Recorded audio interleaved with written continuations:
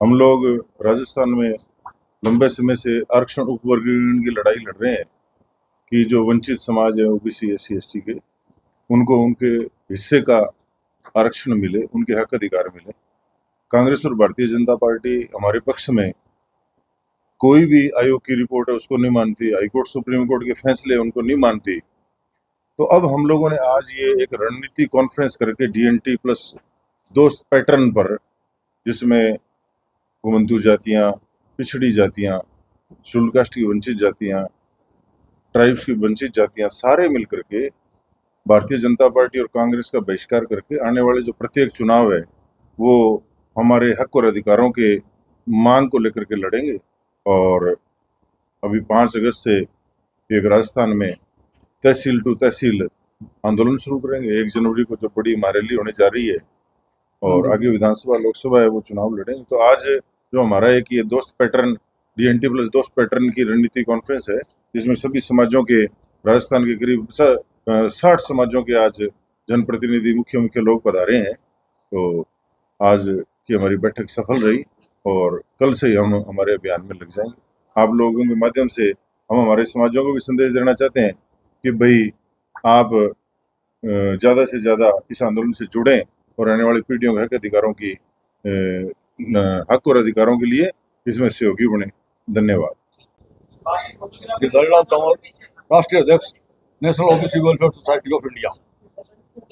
हम लोग लगभग 3 साल से इस संगठन को राजस्थान में कर रहे हैं और विशेष रूप से ओबीसी के और वर्गीकरण, ओबीसी की समस्याओं के लिए हम काफ़ी समय से सक्रिय हैं और संगठन के रूप में हम 3 साल से संगठन को चला रहे हैं। रायका साहब का ये जन आंदोलन हमको पहले से आकर्षित कर रहा था, उनसे संपर्क किया और संयोग से 1 तारीख को उसका आंदोलन में हम आए थे, हमारे साथियों के साथ में आए थे। उसमें जो आपने अखबार में देखा, सुना, तो उससे हमारे मन में आया कि वास्तव में वंचितों को न्याय दिलाने के लिए हमको इकट्ठे आना होगा और उस साथ आने के हिसाब से भी हमने और ये आंदोलन शुरू किया है। और अभी जो आज हमने घोषणा भी की है अपने साथियों के सहित कि इस आंदोलन के साथ मिलकर के और राजस्थान में जो बदलाव आ रहा है उस बदलाव में ये ओबीसी समाज जो है ये अपना सहयोग देगा। और मैं सोचता हूँ कि ये बदलाव आना पड़ेगा क्योंकि वंचितों के साथ में ये दोनों पार्टियां जो है वो न्याय नहीं कर रही है और उसको न्याय लेने के लिए हमको और एक संघर्ष संयुक्त रूप से करना पड़ेगा।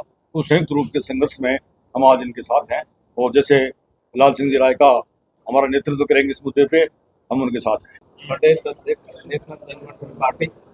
हम काफ़ी टाइम से ओबीसी आरक्षण वर्गीकरण के लिए लड़ाई लड़ रहे थे, पर अब जाके हमें एक अच्छा नेतृत्व मिला है। हम डीएनटी के साथ मिलके इनके कंधे से कंधा मिला के काम करने के लिए तैयार है और जो हमें डीएनटी समाज, जो हमारा दोस्त प्लस एक पैटर्न हुआ है, उसमें हम 60% जो जनसंख्या है उनके हक अधिकार के लिए गवर्नमेंट से लड़ाई लड़ेंगे और इनके तन मन से धन से साथ है। लाल जी रायका साहब, रतन जी भाई साहब, सभी प्रकार के एससी एसटी ओबीसी के वंचित वर्ग का नेता आज यहाँ इकट्ठे होकर के इसका निर्णय किया। हमारे साथ घोर अंधेरा हो चुका और 80 साल से हमारे को 1 रुपया का भी दाग नहीं है। बड़े बड़े लोगों, प्रभावशाली लोग, हमारे करोड़ों की तादाद से हमारा मुआवजा मिलता है, उनको खा जाते हैं लोग। और आज तक मतलब भूली भटकती फिर रही है हमारी समाज। तो हमने ये ठान लिया, मरेंगे मारेंगे, हमारा हक लेके रहेंगे, चाहे कुछ भी हो जाए। आज के बाद ऐसा कर लिया, जेल क्या भरे, जेल तो हम भरने के लिए तैयार है पहले से ही। और एक गांव से 5 आदमी आते, 100 आदमी पीछे रह गया हमारा। इसमें हमारा 1 लाख आदमी हो गया, कम से कम 25 लाख तो 2 दिन में इकट्ठा कर दे हम लोग शायद। लेकिन सरकार को ध्यान होना चाहिए, इस गरीबों के साथ में इतना अन्याय और अत्याचार नहीं करना चाहिए। इनकी आंख खुल जाएगी अच्छी तरह, चाहे कांग्रेस हो चाहे कोई भी सरकार हो, उनकी आंख खुलेगी। घुमंतु लोग सब जाग चुके और घर घर में हमारी आवाज पहुंच गई और घर घर में नेता पहुंच गया हमारा। सबको जगाएंगे और ये सरकार को सबक सिखा के रहेंगे। मैं बिशन लाल बावरी, डीएनटी के प्रदेश सचिव, पूर्व प्रदेश सचिव बिशन लाल बावरी, जयपुर।